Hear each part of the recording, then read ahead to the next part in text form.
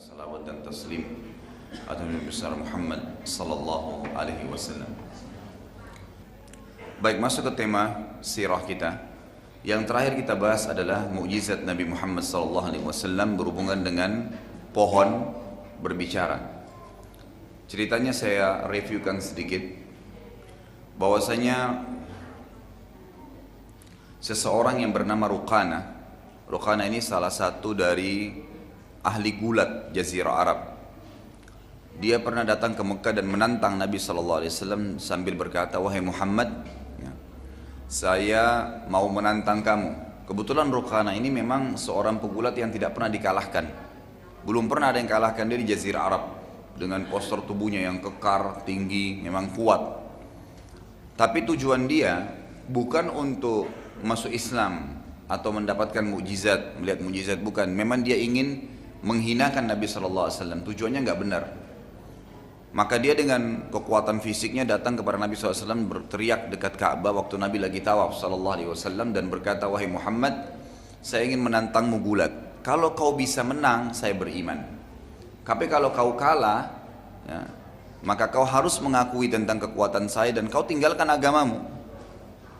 Nabi SAW sebagaimana sudah kita jelaskan juga di awal materi sirah kita, bukan orang yang lemah, belum memiliki fisik yang kuat, yang kekar. Dan sudah saya jelaskan, semua nabi-nabi itu diberikan kekuatan 10 kekuatan laki-laki normal.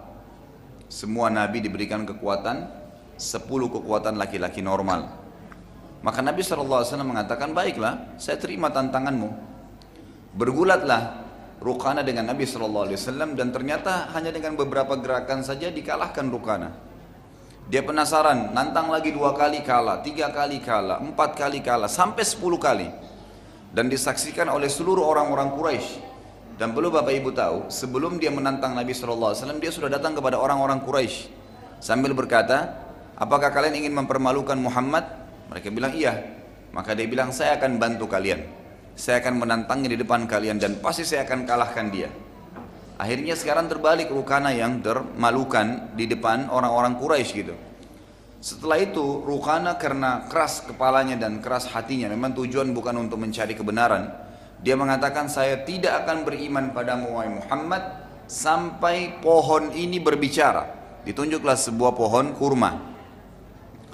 Maka yang terjadi yang luar biasa pada saat itu, dalam hadis Bukhari diceritakan, pohon tersebut tiba-tiba mengeluarkan suara sambil berkata, "Asyhadu an la ilaha illallah wa anna Muhammad Rasulullah." Jadi pohon pun berbicara, memberikan kesaksian atas risalah Nabi Muhammad sallallahu alaihi wasallam. Tentu ini cukup banyak ya berhubungan dengan masalah ini, seperti ini. Jadi banyak sekali.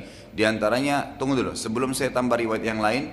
Lalu yang terjadi, Ruqana lalu berkata, "Sungguh kau adalah seorang penyihir yang hebat wahai Muhammad."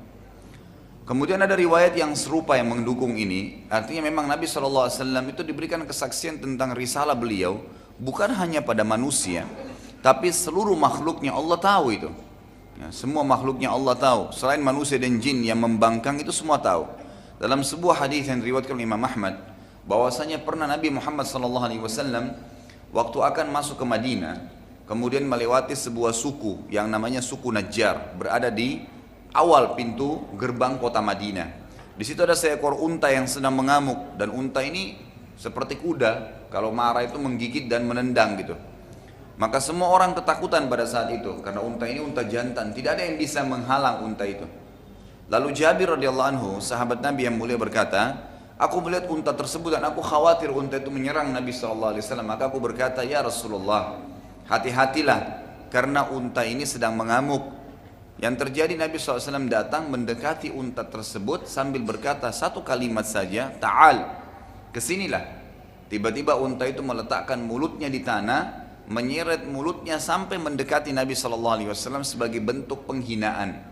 Jadi bukan lagi ngamuk ya, dan bukan cuma datang dalam kondisi tenang, tapi dia meletakkan mulutnya ke tanah, menyeret mulutnya dan lehernya serta tubuhnya sampai ke depan Nabi SAW sebagai bentuk penghinaan. Kemudian ya, Nabi SAW memegang kepalanya sambil berkata, "Mana tali kekangannya?"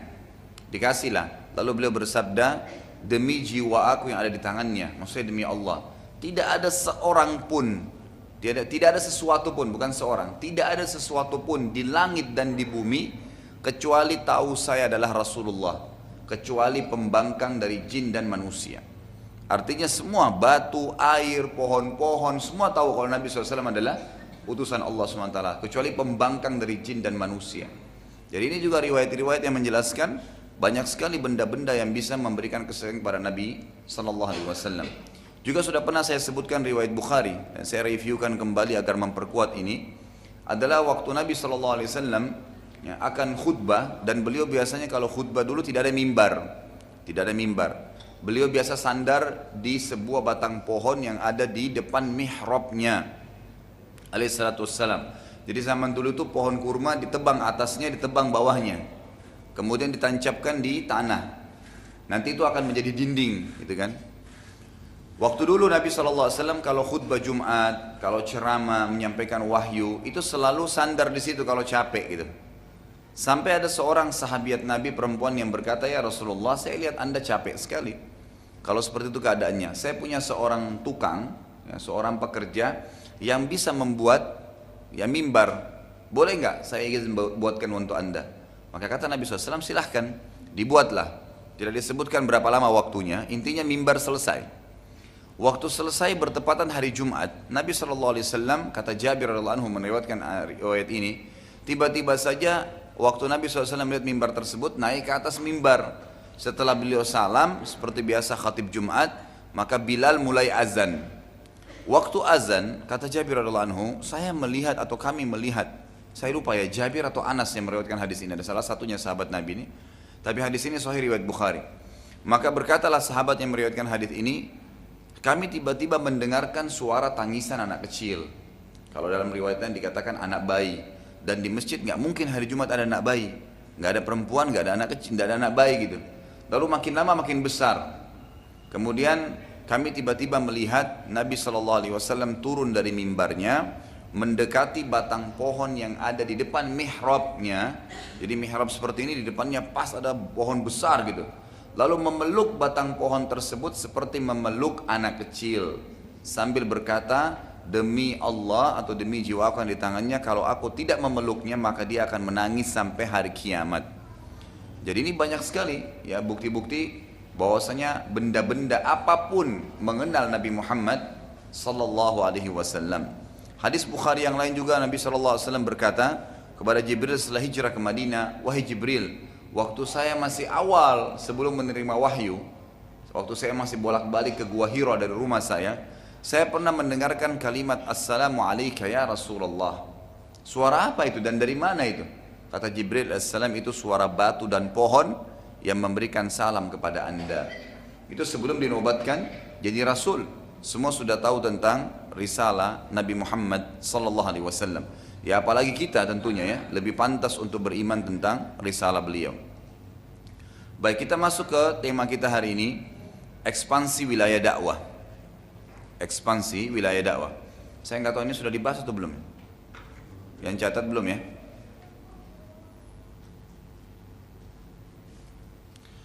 Nabi SAW melihat kondisi Mekah ini tidak mendukung dakwah beliau diterima. Bahkan lebih cenderung hasilnya nihil gitu. Nggak ada hasil. Sedikit sekali orang yang beriman.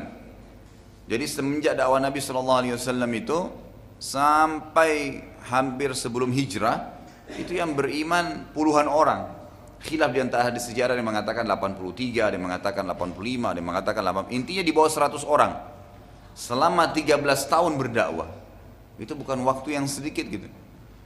Maka Nabi SAW mulai mencari ekspansi dan mulai mencari siapa kira-kira suku-suku Arab atau orang-orang di luar Mekah yang mau beriman dan akhirnya bisa menerima dakwah yang dibawakan oleh beliau alaihissalatu wassalam. Maka Nabi SAW pun memaksimalkan musim haji. Jadi haji sudah kita jelaskan di awal sirah kita, itu mulai dari zaman Nabi Ibrahim alaihissalam, dari zaman Nabi Ibrahim alaihissalam, dan orang sudah lula-lalang tuh, orang-orang dari seluruh dunia ini yang beriman pada Allah, ya itu lula-lalang masuk ke Mekah. Maka Nabi SAW memaksimalkan suku-suku yang datang di musim haji. Ya kalau kita sekarang negara-negara gitu kan, kalau sekarang kan pakai bendera Indonesia, Malaysia misalnya, ya Nigeria dan seterusnya. Kalau zaman dulu orang persuku-suku masuk ke Mekah untuk haji. Nabi SAW selalu berusaha menemui kepala sukunya. Ini suku apa? Dari mana? Dari Yaman misalnya. Kepala sukunya siapa? Coba ditemuin dan disampaikan. Tapi anehnya, para ahli sejarah mengatakan ada seseorang yang berkulit putih, orangnya gagah gitu kan, mirip dengan Nabi SAW, selalu mengikuti Nabi SAW.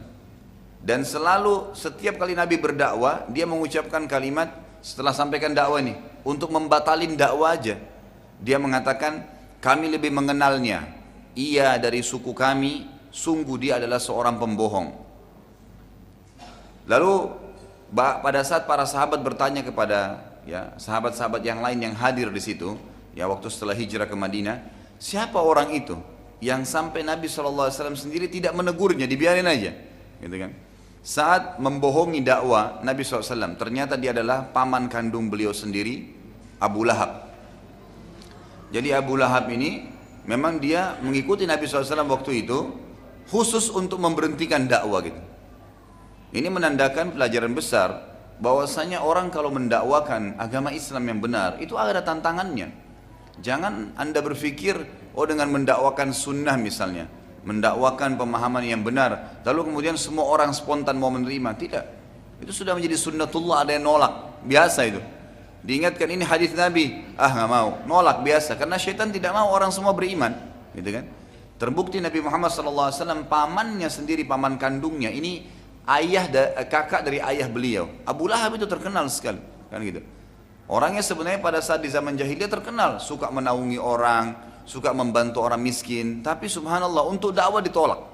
Dan tidak cukup dia menolak untuk beriman, dia juga menahan orang-orang untuk beriman kepada Allah subhanahu wa ta'ala. Makanya turun surah khusus menyebutkan nama dia, surah Lahab, ya kan? Itu turun kepada Abu Lahab karena perilaku dia ini.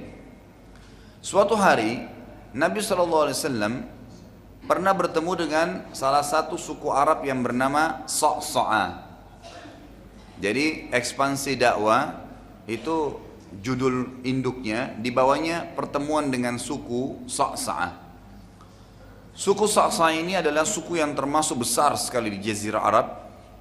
Di bawah suku ini lebih dari 100.000 orang, 100.000 kepala. Nabi SAW sempat bertanya kepada salah satu di antara mereka waktu datang haji, siapa pimpinan kalian?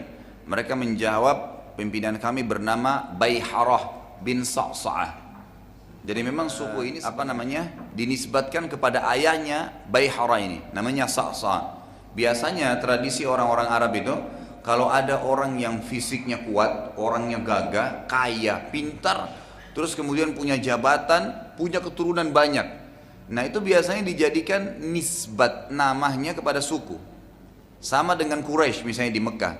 Quraisy itu nama aslinya adalah Fikhir, gitu kan? Salah satu dari kakek Nabi SAW. Kenapa nama dia yang dipilih menjadi nama suku akhirnya?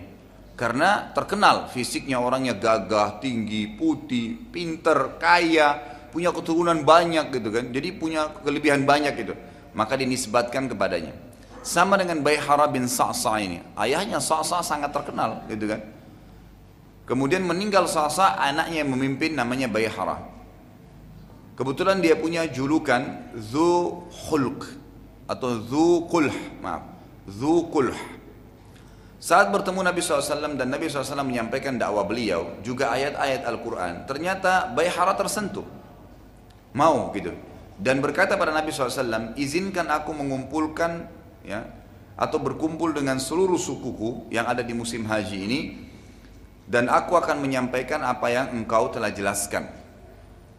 Saat bertemu dengan sukunya, ia berkata, wahai kaumku, sungguh aku telah dijelaskan oleh seseorang yang bernama Muhammad yang belum pernah aku dengar sebelumnya, dan demi Allah, dengan dakwanya ini pasti ia akan memimpin suku-suku Arab nanti. Artinya tidak pernah ada orang yang mengaku sebagai nabi, tidak pernah ada orang yang membacakan ayat-ayat seperti ayat Al-Quran, apalagi turun dalam bahasa Arab, dalam bahasa mereka, dengan kefasihan yang luar biasa gitu. Lalu kaumnya berkata, apa saran anda sebagai pemimpin? Bayharah berkata, pendapatku kita menjadi pengikutnya, ayo kita beriman. Kaumnya berkata, anda pemimpin kami, dan kami serahkan keputusan sepenuhnya pada anda, terserah. Mau beriman boleh, tidak mau beriman terserah, kami ikut. Pokoknya Anda beriman, 100.000 ini ikut semua beriman. Ini bukan hal yang ringan gitu kan. Kaumnya berkata, ya apa? Baihara lalu kembali kepada atau ke sekitar wilayah Ka'bah dan menemui Nabi SAW. Setelah memuji Nabi SAW mengatakan memang mungkin kamu yang benar dan seterusnya, dipuji Nabi SAW. Baihara lalu berkata begini, perhatikan ya, subhanallah, banyak sekali unsur dakwah tertolak dan kebenaran tertolak hanya karena masalah hawa nafsu, hanya karena gila harta, ya, hanya karena gila jabatan. Perhatikan apa yang terjadi pada Baihara. Baihara ini hampir saja dia menjadi posisinya sahabat-sahabat yang mulia, seperti posisi Abu Bakar, posisi Umar, hampir dikenang sepanjang masa sampai hari kiamat. Semua orang yang beriman akan kenang namanya, sejarahnya akan dinukil. Tapi karena hawa nafsunya meninggalkan semua itu, hilang semua dari dia. Bahkan pahala 100.000 anggota sukunya itu tidak didapatkan sama dia. Apa yang dia bilang? Dia bilang pada Nabi SAW, wahai Muhammad, kami akan beriman padamu dan seluruh pedang kami akan melindungimu. Artinya kami akan mati untuk membelamu. Tetapi ada satu syarat. Kata Nabi SAW, apa itu? Baihara berkata, aku menjadi pengganti setelah anda. Kalau anda mati, pastikan saya jadi pemimpin. Karena dia tahu ini nanti akan jadi raja. Karena Nabi SAW bukan hanya Nabi ya, tapi memang pemimpin, jadi raja gitu kan. Berdirinya kerajaan, bisa dikatakan bisa tanda kutip kerajaan Islam di Madinah itu, dan Nabi SAW adalah selain Nabi pemimpinnya, jadi rajanya gitu kan. Maka dia memberikan syarat, kalau anda meninggal saya jadi pemimpinnya. Nabi SAW berkata, itu urusan Allah, dan pastilah yang terbaik akan diberikan kepada orang-orang yang bertakwa. Artinya itu bukan keputusan saya. Kalau nanti memang setelah saya meninggal Allah akan pilih anda, silahkan. Kalau enggak ya enggak, pasti Allah pilih yang paling bertakwa. Baihara lalu berkata lagi, wahai Muhammad, kami siap melindungi anda, gitu kan? Kami siap melindungi anda dari seluruh suku Arab atau siapapun yang mengganggu anda, dan bukan kami yang mewarisi kepemimpinan setelah anda. Jawaban Nabi SAW sekali lagi, itu urusan Allah, dan pastilah yang terbaik akan diberikan kepada orang-orang yang paling bertakwa gitu. Dengan keputusan Nabi SAW, Nabi tidak berikan kejelasan, cuma mengatakan saya tidak bisa janji, beriman anda silahkan tetap jadi kepala suku. Karena tradisi Nabi SAW, bukan cuma tradisi, memang ajaran Allah SWT kepada Nabi Muhammad SAW, itu kalau ada orang yang beriman, beliau tidak ganggu jabatannya, kedudukannya, tidak diganggu, dibiarin aja gitu kan. Seperti kalau anda masih ingat dulu ada seseorang yang bernama Bazan di awal pelajaran kita dulu. Ada seorang gubernur Persia yang berkuasa di wilayah Irak, gitu kan? Raja di sana, tapi dia dianggap gubernur oleh Persia. Waktu dia beriman pada Nabi SAW dan tapi tidak pernah lihat Nabi ya, maka ulama masukkan dalam kategori tabi'in. Itu Nabi SAW tidak ganggu, nggak diganggu, nggak diambil jabatannya, misalnya disuruh bayar apa, enggak. Nabi bilang sudah beriman silahkan tetap memimpin. Semua raja-raja juga yang Nabi SAW kirimkan surat, dari Raja Romawiya, Raja Persia, Raja Najasyi yang ada di Afrika, itu semua waktu dikirimkan risalah, Nabi SAW tidak minta kerajaan mereka, hanya minta ikrar syahadat, lalu terima hukum Allah, silahkan tetap memimpin. Dan inilah Islam gitu kan.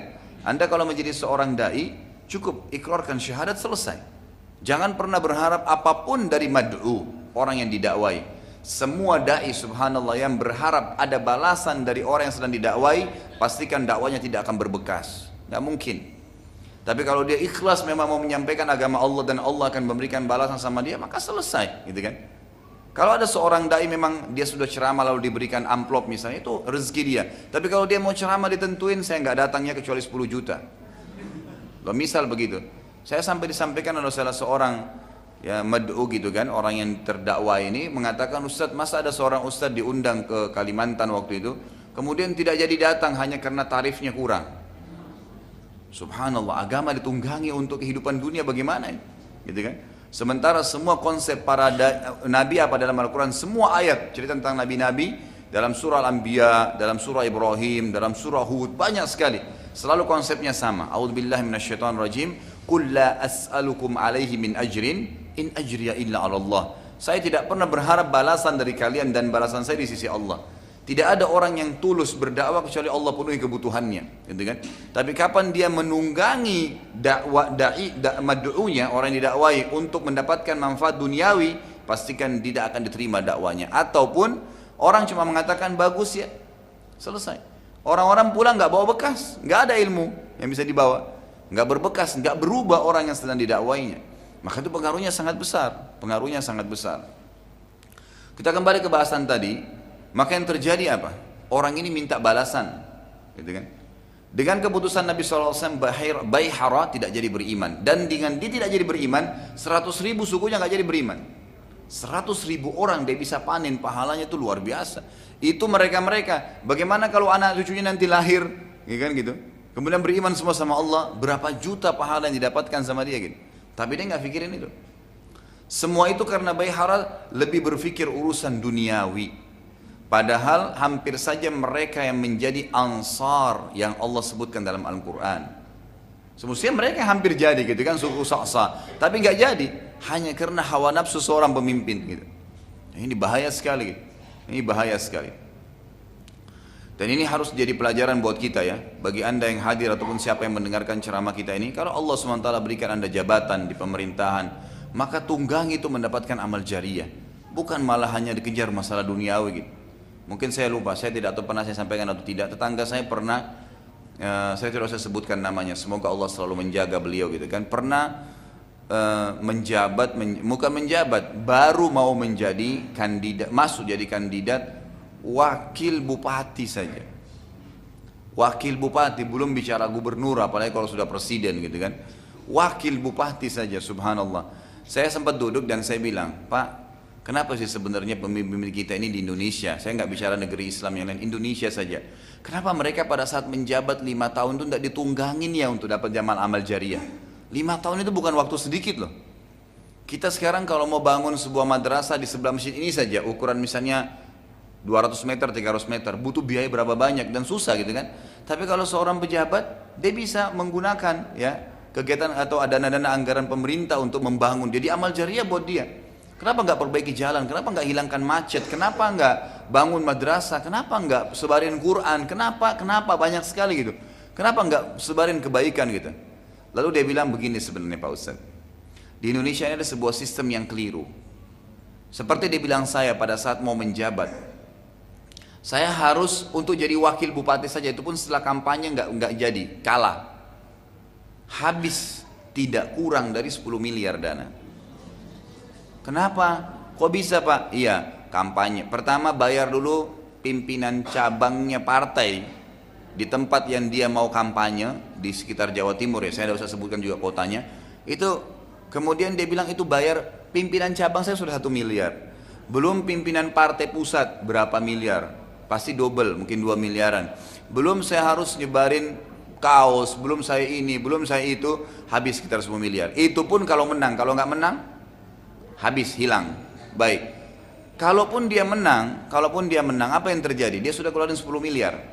Target dia 5 tahun memimpin, 2 tahun setengah mengembalikan modal yang 10 miliar. Lalu 2 tahun setengah yang tersisa ngumpulin modal untuk kampanye baru. Kapan dia pikirin umat gitu? Kapan dia pikirin amal jariah? Bagaimana dengan Umar bin Abdul Aziz rahimahullah? Baru jadi khalifah, setelah dia ceramah di mimbar di masjid Jami' di Damaskus waktu itu, saya minta didukung, minta dinasihatin, diingatin kalau salah sebagai pemimpin, merendah gitu. Lalu setelah dia keluar dari masjid, datang kereta kencananya kerajaan, khalifah yang sebelumnya itu pakai gitu, kuda yang mewah, keroncana semua pakai ukiran emas. Waktu datang semua dengan dayang-dayangnya gitu kan, sama pengawal-pengawalnya. Kata Muhammad, ini ada apa? Kebetulan dia ke masjid pakai keledai gitu kan. Lalu ditanya, ini apa? Dikatakan, wahai Amir Mu'minin, Anda sekarang khalifah, ini kereta Anda. Langsung beliau bilang, dan itu dicatat dalam buku-buku sejarah, dengan keikhlasan beliau mengatakan, saya tidak butuh semua ini. Saya minta sekarang sebagai instruksi, saya sebagai pemimpin, Amir Mu'min Khalifah, jual ini. Uangnya masukkan ke Baitul Mal untuk kebutuhan umat Islam. Saya nggak butuh, saya naik keledai saya saja. Bagaimana ya? Bagaimana nggak tersebar keadilan? 2 tahun memimpin tidak ada orang mau terima zakat gitu. Karena dia nggak pikirin dirinya, ditunggangin untuk amal jariah, gitu kan? Bagaimana dia bisa menyebarkan keadilan, menunggangi itu mendapatkan yang terbaik di akhirat? Nah ini yang terjadi. Ini penyakit yang banyak sekali orang rakus dengan hawa nafsunya, gitu kan? Gak mau pikirin maslahat yang besar, gak pikirin masalah amal jariah buat dia. Dan itu yang terjadi. Bayangkan Baihara bisa memanen pahala 100.000 orang masuk Islam, gitu kan? Sukunya bisa menjadi Ansar yang Allah kekalkan dalam Al-Quran, tapi dia tolak hanya karena itu. Maka yang terjadi adalah saat suku Sa'sa ini pulang ke wilayah mereka setelah selesai haji, ada seseorang yang sangat tua, itu orang bijaksana sekali dan sudah di atas 100 tahun umurnya. Disebutkan dalam beberapa sejarah itu 120 tahun umurnya. Tapi nggak disebutin namanya ya. Orang ini sangat bijaksana dan setiap suku Sa'sa punya masalah kembali kepada beliau gitu untuk dipecahin. Lalu orang ini setiap musim haji pulang selalu bertanya, apa yang kalian lakukan di musim haji? Apa pengalaman anda? Pengalaman kalian apa gitu kan? Lalu mereka cerita tentang kisah bertemu dengan Nabi Sallallahu Alaihi Wasallam dan bagaimana mereka menolak, Baihara menolak karena tidak dikasih kepemimpinan setelah Nabi Muhammad Sallallahu Alaihi Wasallam. Apa kata orang itu? Orang tua itu berkata, sungguh ini keputusan yang tidak akan pernah bisa diperbaiki. Bagaimana bisa kalian membiarkannya sementara kalian sangat mengetahui ini adalah zaman keluarnya Nabi dari turunan Ismail alaihissalam. Dan belum pernah ada satupun dari keturunan Ismail mengaku Nabi kecuali orang itu. Belum pernah di Mekah dia mengaku Nabi kecuali orang ini. Berarti kalau dia benar gitu kan, maka akan menjadi luar biasa. Dengan kalian tolak itu, berarti kalian sudah menghapus diri kalian dari sejarah manusia. Tidak ada lagi dalam sejarah manusia, hilang gitu kan. Dan kalian sudah menghilangkan kesempatan untuk tercatat dalam kitab-kitab suci sebagai sahabatnya gitu kan. Karena ada sebuah hadis kan yang sahih kata Nabi SAW, Allah melihat hati-hati manusia, maka Allah mendapati hatiku yang paling bersih, maka aku dijadikan sebagai Nabi yang terakhir. Kemudian Allah melihat hati-hati setelahku, maka Allah menemukan hati-hati para sahabatku adalah yang paling bersih, maka dijadikan sebagai pendamping-pendampingku. Jadi jelas sekali gitu, semestinya mereka bisa jadi itu. Tetapi kaumnya menolak, ya, kaum mereka menolak untuk beriman. Hal ini membuat mereka semua kehilangan kesempatan untuk menjadi sahabat dan peluang-peluang yang sudah kita sebutkan tadi. Baik, setelah Baihara menolak, poin yang kedua adalah pertemuan Nabi SAW dengan seseorang di musim haji juga bernama Suwaid bin Sadiq. Suwaid bin Sadiq. Termasuk yang beliau bertemu adalah di musim haji. Suwaid bin Sadiq ini salah satu tokoh bangsa Arab dan pemuka mereka. Setiap kali suku-suku Arab ini lebih dikenal lagi Suwaid ini, karena dia suku Arab manapun yang jumlahnya ratusan pada saat itu punya masalah, tidak bisa dipecahin, didatangi Suwaid ini. Selalu mereka minta pendapat gitu. Termasuk yang Nabi SAW temui adalah dia. Saat bertemu dengan Nabi SAW, beliau berkata, wahai Suwaid, sungguh aku mempunyai perkataan yang aku ingin engkau mendengarkannya. Kata Suwaid, aku tidak mau mendengarkannya, karena selama ini dia dianggap tokoh gitu kan. Maka dia nggak biasa share sama orang. Sifatnya dia adalah cuma memberikan pendapat gitu. Lalu Nabi SAW berkata, mengapa? Mengapa kau tidak mau mendengarkan? Kata Suwaid, karena aku memiliki sesuatu yang pasti lebih baik dari apa yang engkau sampaikan. Kata Nabi SAW, kalau begitu tolong perdengarkan padaku. Apa yang kau punya itu? Saya mau dengar dulu, karena kau bilang lebih baik dari apa yang saya miliki gitu. Suwaid ternyata memegang peninggalan tulisan wahyu dari wasiatnya Luqman. Jadi dulu dari kakek-kakeknya dinukil diturunkan wasiat Luqman yang telah disebutkan dalam Al-Quran dan telah diwarisi dari nenek moyangnya. Pada saat itu wasiat Luqman terbagi menjadi dua. Jadi Al-Quran sudah disatuin ya, tapi waktu zaman itu tidak terpisah dan tertulis di kulit unta gitu kan. Sebagaimana juga Al-Quran cukup banyak yang kita sudah pelajari atau nanti akan kita pelajari insya Allah pada saat hijrah ke Madinah. Itu ayat Al-Quran banyak turun di kulit-kulit unta yang sudah tertulis, terukir gitu kan, atau di tulang-tulang unta gitu kan. Itu diantara salah satu tempat-tempat tertulisnya Al-Quran. Baik, wasiat Luqman itu terbagi dua. Yang pertama berisikan tauhid. Dan ini Allah ceritakan dalam surah Luqman urutan 31 ayat 13 sampai 17. Bunyinya a'udzubillahi minasyaitonirrajim. Bismillahirrahmanirrahim. Wa idz qala Luqman libnihi wa huwa ya'idhuhu ya bunayya la tusyrik billah innasyirka la dzulmun 'adzim.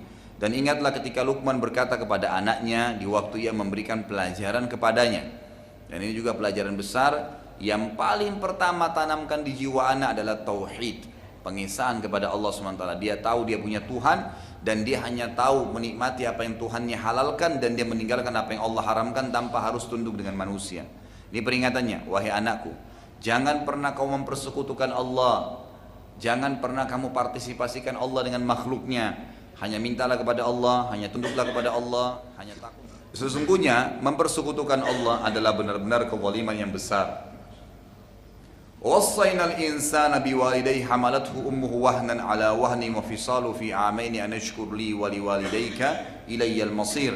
Dan kami perintahkan kepada manusia berbuat baik kepada ibu bapaknya dan ibunya yang telah mengandungnya dalam keadaan lemah yang bertambah lemah dan menyapinya dalam 2 tahun.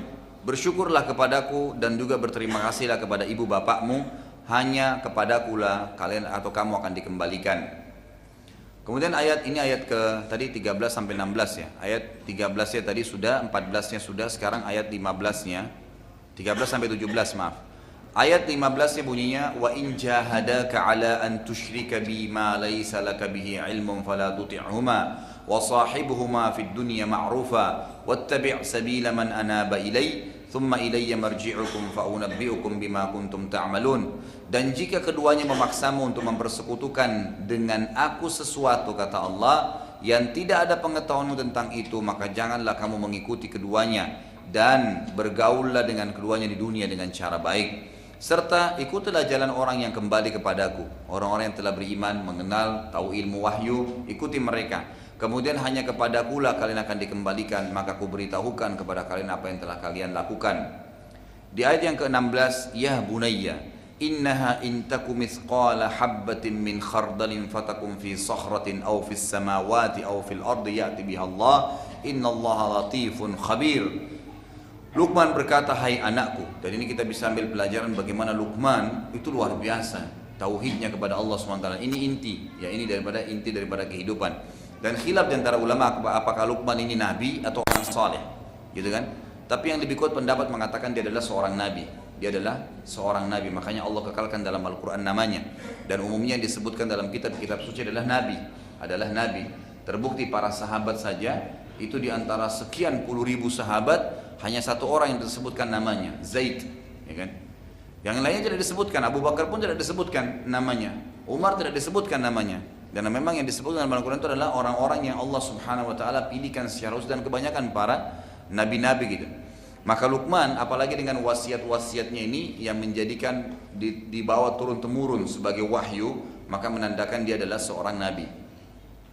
Luqman berkata, hai anakku, sesungguhnya jika ada sesuatu perbuatan seberat biji sawi dan berada dalam batu, baik itu di langit ataupun di dalam bumi, niscaya Allah akan mendatangkannya.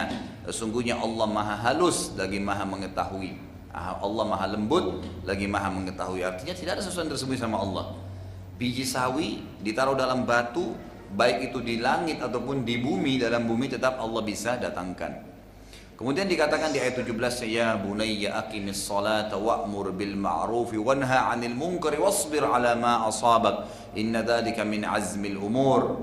Hai anakku, dirikanlah salat dan seruhlah manusia mengerjakan yang baik dan cegahlah mereka dari perbuatan yang mungkar dan bersabarlah terhadap apa yang menimpa kamu.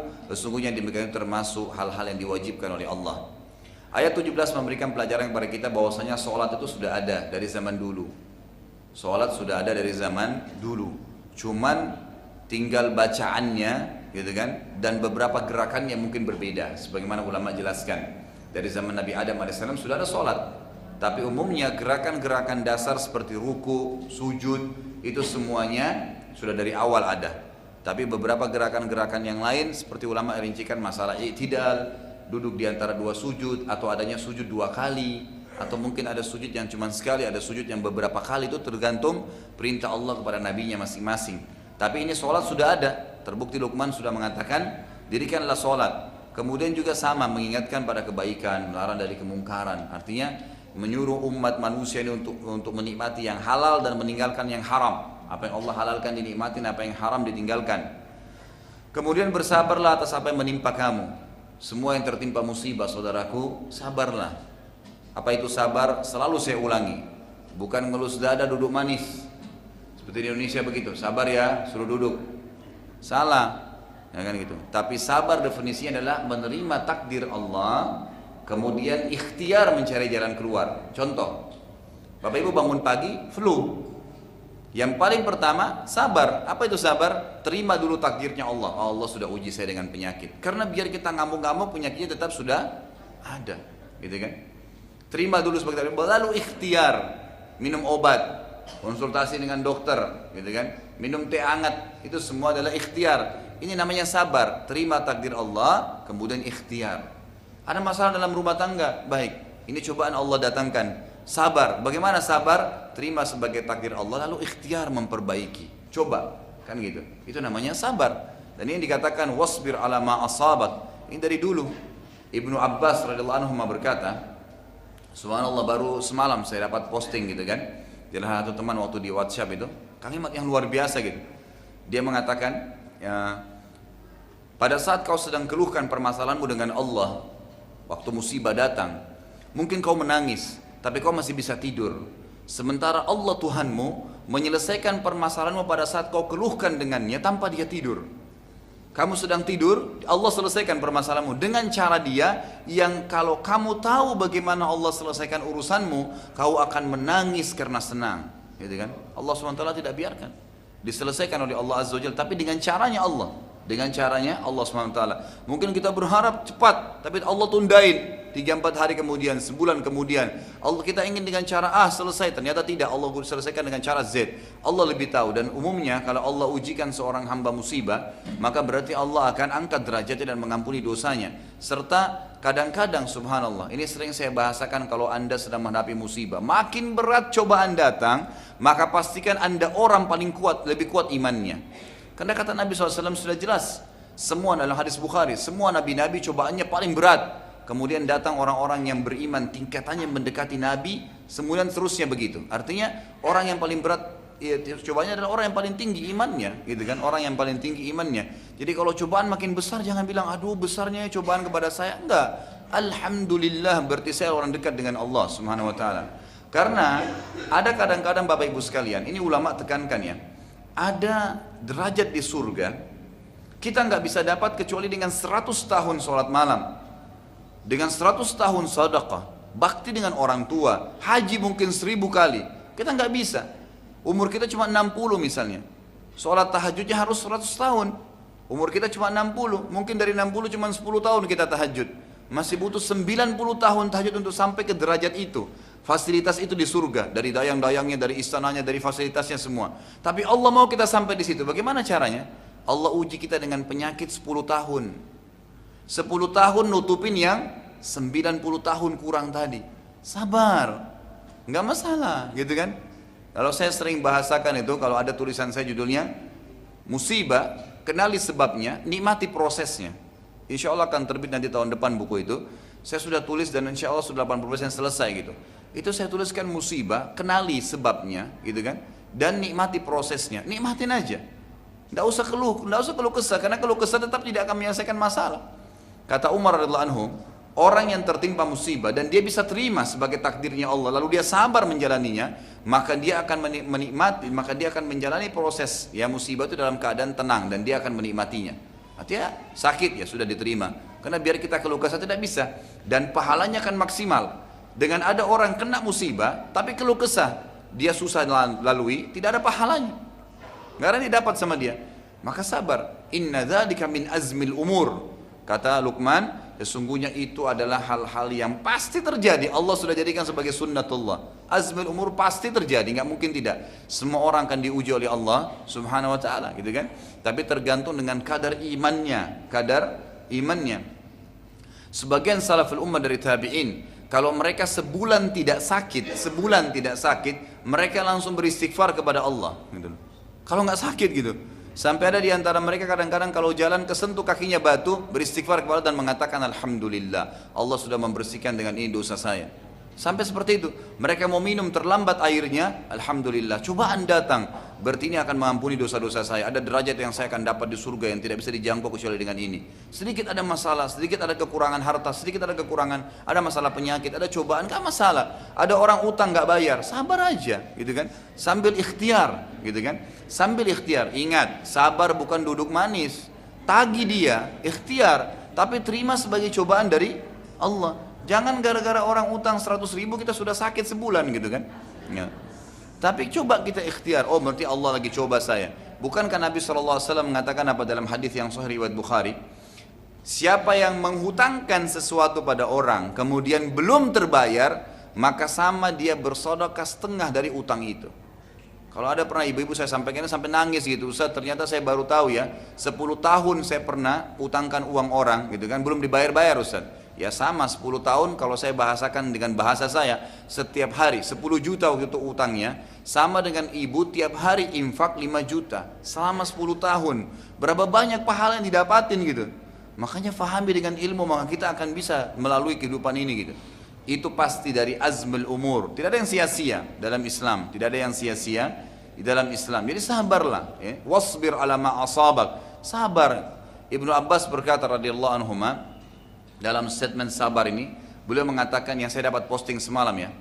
Kalau seandainya, kata beliau, kalau seandainya langit ini rubuh, gitu kan, menimpa bumi, maka pasti Allah akan berikan jalan keluar kepada orang-orang yang bertakwa dan sabar.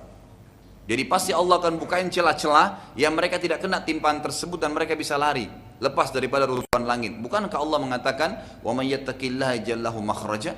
Orang yang bertakwa, orang yang patuh dan sabar itu akan diberikan makhraja, jalan keluar dari masalah dia. Maka tinggal sabar saja dan pasti hasilnya akan manis gitu kan.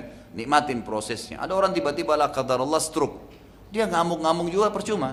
Kita lihat ada orang subhanallah stroke tiap hari emosional. Kenapa dia kena? Makin parah kan. Tapi coba ada orang bilang, oh dicoba sama Allah, ya sudah cobaan dari Allah. Ikhtiar, coba berobat, coba bertanya sambil dinikmatin, jalanin aja. Ada orang subhanallah lumpuh, ya tangannya nggak ada dua-dua, kakinya nggak ada, tapi tetap beraktivitas karena dia bisa nerima itu sebagai sunnatullah. Dan ingat itu hanya di dunia. Setelah di akhirat nanti, orang yang lumpuh di dunia, orang yang patah tangannya, orang yang buta matanya kembali semua sempurna di akhirat dan dia akan mendapatkan yang terbaik dari apa yang telah dicobakan kepada dia. Jadi sabar, gitu kan? Sabar insya Allah akan ada, pasti ada titik temunya. Yakin Allah bersama kita. Ini potongan yang pertama. Jadi dari ayat 13 sampai ayat 17 surah Luqman ini berisikan tauhid, bagaimana kita beriman kepada Allah Azza wa Jalla. Potongan ini tidak ada pada tadi suwait itu. Ada potongan yang kedua berisikan perintah akhlak. Itu ayat surah Luqman sama. Tadi kan ayat 13 sampai 17 masalah tauhid ya. Asal akhlak ini ayat 18 sampai 19.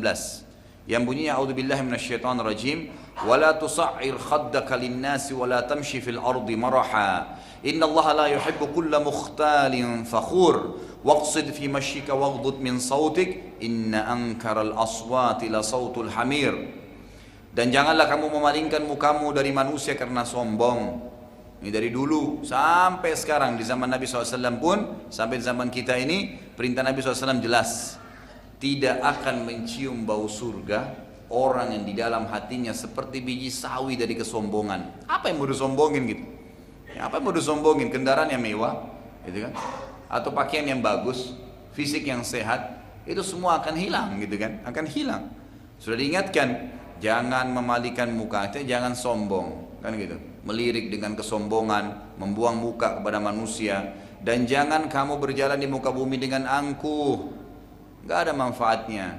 Ya, orang mukmin seperti padi, makin berisi makin tunduk, merendah.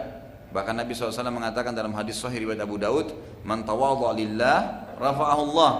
Siapa yang bertawadhu, merendahkan diri di muka bumi karena Allah, nggak pernah sombong, makin diberikan harta makin merendah, makin diberikan kepintaran makin merendah, makin diberikan kelebihan fisik makin merendah, gitu kan? Maka Allah akan tinggikan derajatnya, Allah akan harumkan namanya di dunia dan di akhirat. Lalu dikatakan, sesungguhnya Allah tidak menyukai orang-orang yang sombong lagi membanggakan diri. Itu ayat 18. Ayat 19, dan sederhanakanlah pada saat kamu sedang berjalan, nggak perlu menginjak tanah dengan kesombongan. Kadang-kadang kita kalau pakai sepatu baru suaranya lain, gitu kan. Kalau pakai baju baru sudah beda jalannya, gitu kan. Mobilnya baru sudah lain, klaksonnya lebih ribut, gitu kan. Ini semua untuk apa? Manfaatnya apa gitu? Redahkan, gitu. Dan lunakkanlah suaramu, cara yang lembut. Ini juga Nabi SAW dikatakan begitu. Para sahabat mengatakan, kami kadang-kadang kalau mendengarkan Nabi SAW berbicara, itu kami harus merendahkan suara sehingga kami bisa mendengarkan suaranya gitu. Jadi Nabi SAW itu dengan suara lembut, bukan berarti hilang suaranya nggak kedengaran, tapi suaranya itu membuat orang nyaman untuk mendengarkan. Sesungguhnya seburuk-buruk suara adalah suara keledai. Baik, ini rincian dalam Al-Quran secara rapi, tersurat semuanya gitu kan. Terdapat pada Suwaid, ya, orang tadi yang ditemui oleh Nabi SAW ini, itu retorika ilahiyah, jadi bukan dengan retorika ilahiyah. Jadi cuma susunan dinukil-nukil dari mulut ke mulut lalu ditulislah, gitu kan. Tapi susunan perkataan manusia juga terdapat pada Suwaid hanya bagian kedua saja, itu masalah akhlak. Setelah Nabi SAW mendengarkan dari Suwaid bin Sadiq tadi, beliau SAW mengatakan, sungguh ini perkataan yang baik, tapi aku mempunyai yang lebih baik lagi dari itu. Suwaid lalu terkejut karena belum pernah ia menyampaikan wasiat Luqman kecuali semua orang mengakui bahwasanya itu benar ya. Benar, orang harus lemah lembut kalau ngomong, nggak boleh sombong kalau jalan gitu kan. Ini bagus gitu, semua orang akui. Kecuali Nabi SAW, Nabi mengatakan ada yang lebih baik dari itu. Itulah pernyataan yang terbaik yang pernah itulah pernyataan yang terbaik yang pernah didengar kecuali ya Nabi SAW yang berpendapat. Jadinya semua orang mengakui itu pernyataan yang paling baik yang pernah mereka dengar kecuali Nabi SAW. Yang berpendapat ada yang lebih baik lagi. Lalu Nabi SAW membacakan ayat-ayat Al-Quran tentang surah Luqman, gitu kan, lengkap diberikan. Setelah selesai mendengarkan, Suwaid berkata, sungguh ini perkataan yang baik, tapi aku tidak ingin masuk Islam. Setelah itu pun Nabi SAW hijrah, ya. Setelah Nabi SAW hijrah ke Madinah, barulah Suwaid masuk Islam dan meninggal dalam keadaan Islam. Tapi waktu itu beliau tidak beriman. Orang itu tidak beriman radhiyallahu anhu, gitu kan. Tapi nanti setelah hijrah Madinah baru beriman. Baik, kejadian yang ketiga, inilah kejadian yang terbesar. Kata para ahli sejarah, ya, mencatat perubahan yang luar biasa dalam Islam dengan bertemunya Nabi SAW dengan dua suku Arab dari Madinah, Aus dan Khazraj. Nah, dua suku ini dari Yaman dulunya, kemudian hijrah ke Madinah, gitu kan. Aus dan Khazraj. Dua-dua nanti dalam Islam dikatakan suku Ansar. Jadi setelah tadi Baihara tadi menolak, kemudian Suwaid juga menolak, maka Nabi SAW akhirnya bertemu di musim haji yang sama di tahun yang sama dengan Aus dan Khazraj. Kata ahli sejarah, kejadian yang paling berpengaruh yang dialami Nabi SAW juga perkembangan Islam dan berubahnya sejarah dunia, bertemunya Nabi SAW dengan suku Khazraj dari Madinah yang sedang berkumpul di Aqabah. Aqabah tempat lempar setan besar gitu ya, yang dibahasakan biasa begitu. Kira-kira jumlahnya khilaf di antara sejarah 6 sampai 12 orang, ya kan gitu, dari suku ini. Nabi SAW menemui mereka dan memberitahukan tentang Islam, membacakan ayat-ayat Quran. Saat mereka mendengarkan, maka salah seorang di antara mereka berkata begini, demi Allah, inilah yang pernah diancamkan orang-orang Yahudi pada kalian. Kebetulan waktu itu di Madinah itu penduduk Madinah terdiri dari 5 suku, 2 dari Arab, 3 dari Yahudi. Jadi 5. 2 dari Arab, 3 dari Yahudi. Dari Arab tadi Aus dan Khazraj ini. Dan mereka cukup besar, mereka cukup besar. 2 suku Arab ini sudah mengalahkan jumlahnya 3 suku Yahudi. Suku Yahudi yang ada di Madinah adalah suku Qainuqa. Yang pertama, yang kedua Quraidah, yang ketiga Nadhir. Nanti ini akan ada sejarahnya sendiri. Kita akan terus ikuti di Madinah nanti ketiga suku Yahudi dan bagaimana Nabi SAW mengusir mereka dari Madinah. Ketiga suku ini, ya, Yahudi ini, karena melihat suku Aus dan Khazraj, setelah mereka ketiga suku ini bersatu pun belum bisa mengalahkan jumlah Aus dan Khazraj, maka mereka menyebarkan fitnah sehingga membuat suku Aus dan Khazraj saling berperang. Dan setiap kali bertemu dengan Aus dan Khazraj, orang-orang Yahudi suka bilang, ketahuilah nanti akan keluar dari kota ini, di Madinah maksudnya, ya, seorang nabi terakhir yang kami orang-orang Yahudi adalah orang-orang yang paling pertama mengakui kenabiannya, dan kami nanti akan memerangi kalian sebagaimana, dan kalian akan musnah semua sebagaimana pembantaian Arim dan Thamud. Jadi pernah ada terjadi peperangan antara Arim dan Thamud itu sampai habis mayoritas daripada orang-orang yang ikut berperang. Jadi tersisa semua tinggal berapa orang saja, semuanya mati gitu. Jadi orang Arab menggunakan istilah dengan perang Arim dan Thamud. Maka orang-orang Aus dan Khazraj gitu kan ketakutan, siapa nabi terakhir itu, dan mereka ini Aus dan Khazraj bukan orang-orang yang mengenal Allah, mereka penyembah berhala. Yang mengenal Allah waktu itu orang-orang Yahudi tadi. Waktu mendengarkan dakwah Nabi sallallahu alaihi wasallam gitu kan, dan Nabi mengaku sebagai nabi di musim haji itu, maka suku-suku atau orang-orang dari Khazraj tadi berkata, inilah yang telah orang-orang Yahudi ancamkan pada kalian, maka jangan biarkan mereka orang-orang Yahudi mendahului kalian sehingga ancaman mereka tercapai. Maka berimanlah ke-6 atau ke-12, khilaf di antara ahli sejarah, tapi yang kita ambil misalnya jumlah maksimal 12 orang tersebut tiba-tiba beriman pada Nabi sallallahu alaihi wasallam, dan mereka lah orang-orang yang pertama beriman pada Nabi sallallahu alaihi wasallam di musim haji. Ke-12 orang tersebut lalu balik ke Madinah setelah dibekali oleh Nabi SAW dengan beberapa ayat-ayat Al-Quran. Lalu mereka menyebarkan Islam di Madinah dan makin banyak akhirnya orang yang menganut Islam. Tahun depannya mereka mengirim 12 orang lagi di musim haji yang setelahnya dan menemui Nabi SAW, lalu terjadilah istilah Bai'at Aqabah Ula. Apa itu? Kesepakatan. Bai'at itu diberikan kepada pemimpin, gitu kan? Jadi kesepakatan baiat itu memberikan kepatuhan, ya, tunduk kepada pemimpin itu. Baiat Aqabah Ula, kesepakatan di tempat Aqabah, di tempat lempar setan besar tadi yang pertama, yang juga dikenal dengan Baiat Nisa. Dalam ahli sejarah mengatakan, atau dalam buku sejarah dikatakan baiatnya perempuan, karena hampir semua isi baiat tersebut berisi iman, ketaatan pada Allah dan dukungan terhadap dakwah serta peringatan untuk kaum wanita. Juga terdapat ya pada saat itu, dan dikhususkan karena waktu itu yang paling banyak zaman itu ya, yang paling banyak menyebarkan perzinahan, pencurian itu kaum wanita zaman itu. Maka Nabi SAW berikan wasiat dan turun ayat mengingatkan para kaum wanita untuk tidak berzina dan mencuri pada zaman itu, peringatan-peringatan awal, tanpa ada perintah jihad gitu.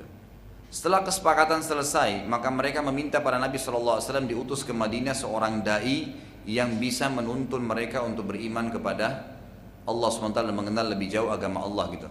Maka Nabi pun SAW mengutus ya seseorang dai yang bernama Mus'ab ibn Umair radhiyallahu anhu, gitu kan. Ada juga diantara ulama mengatakan yang dikirim adalah Mu'adz bin Jabal. Tapi kalau kita kembali kepada riwayat-riwayat yang sahih, kita temukan yang di Madinah adalah Mus'ab bin Umair, dan Mu'adz bin Jabal ini dikirim ke Yaman bersama dengan Abu Musa al-Asy'ari radhiyallahu anhum ajma'in. Baik. Mulailah pada saat itu Mus'ab bin Umair berdakwah dengan gencar, menyebarin agama Islam gitu.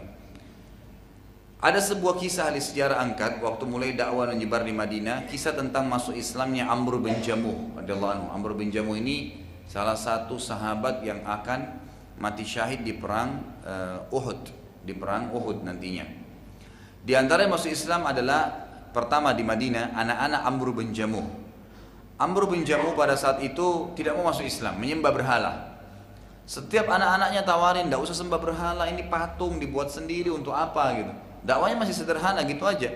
Ini patung dibuat sendiri untuk apa disembah gitu, nggak ada gunanya. Kan gitu. Mereka tidak bisa berikan manfaat, tidak bisa berikan madarat, untuk apa disembah gitu. Tetap Amr bin Jamuh nolak. Umumnya seperti orang-orang yang sembah berhala nolak karena sudah jadi tradisi mereka. Dan ini subhanallah, syaitan biasanya ya seperti sering saya bahasakan ya, Bapak Ibu sekalian, syaitan itu adalah musuh kita ya. Kalau musuh itu, saya berikan contoh, kalau kita lagi di medan perang, saya berhadapan dengan musuh saya punya pedang, saya punya perisai. Musuh juga punya begitu. Kalau saya diam, saya nggak nangkis, nggak nyerang, musuh saya buat apa? Hah? Dibunuh. Saya pasti akan dibunuh kan? Karena saya tidak nyerang, nggak nangkis, musuh saya akan bunuh kan? Dan musuh yang sedang mau membunuh saya pada saat saya tidak nyerang dan saya tidak nangkis, misal perut saya ditusuk sama dia, apakah dia cuma gores kemudian ditinggal? Dia pasti akan tusuk sampai mati dan diobrak-abrik. Begitulah syaitan. Jadi Allah sudah mengatakan, ulama tafsir mengatakan pada saat menafsirkan makna, ya, innahu lakum aduwwum mubin, syaitan itu adalah musuh kalian yang nyata. Artinya tidak ada yang Allah sebutin kata-kata musuh seperti menghadapi syaitan ini. Berarti itu jelas syaitan. Jadi kata para ulama menafsirkan, syaitan itu seperti tadi orang punya pedang, punya perisai, dan dia selalu menyerang orang-orang yang beriman pada Allah ini. Diserang sama dia. Dan kalau sudah dia serang dan sempat dia melukai sedikit, dia tidak akan tinggal diam, akan dilukai terus. Dan dia berusaha luka yang sudah kena itu tidak kering. Maksudnya apa? Serangan dia adalah kita berbuat maksiat. Seseorang misalnya selalu nonton gosip setiap hari, jadwalnya jam 8 pagi. Ibu-ibu langsung ketawa ya gitu. Tiap hari jadwalnya. Maka pastikan syaitan akan buat kita sebelum jam 8 siap-siap mau nonton lagi tuh. Karena dia nggak mau luka kita kering, gitu kan? Harus terus itu. Jadi ada yang terjadwalkan sampai orang mati, maksudnya nggak pernah berhenti. Nanti dibuat lagi jadwal sore apa. Jadi luka di perut, luka di dada, luka di punggung, luka di kepala, dan dia berusaha tidak kering itu supaya dipegangi sama dia. Begitu cara syaitan merusak kita, gitu kan? Nah subhanallah, banyak orang tidak sadar dia sedang diikat sama syaitan dengan perbuatan atau dihiasi dengan perbuatan tersebut. Ini bahaya sekali. Dan saya kembali ingatkan lagi, setiap kali kita biarkan maksiat itu ada dalam diri kita, gitu kan?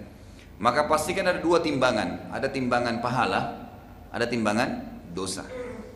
Kalau dosa kita masih berimbang dengan pahalanya, apalagi kalau dosanya lebih besar, maka di sebelah pahala itu ada namanya juga ya red kekhusyuan, red keimanan.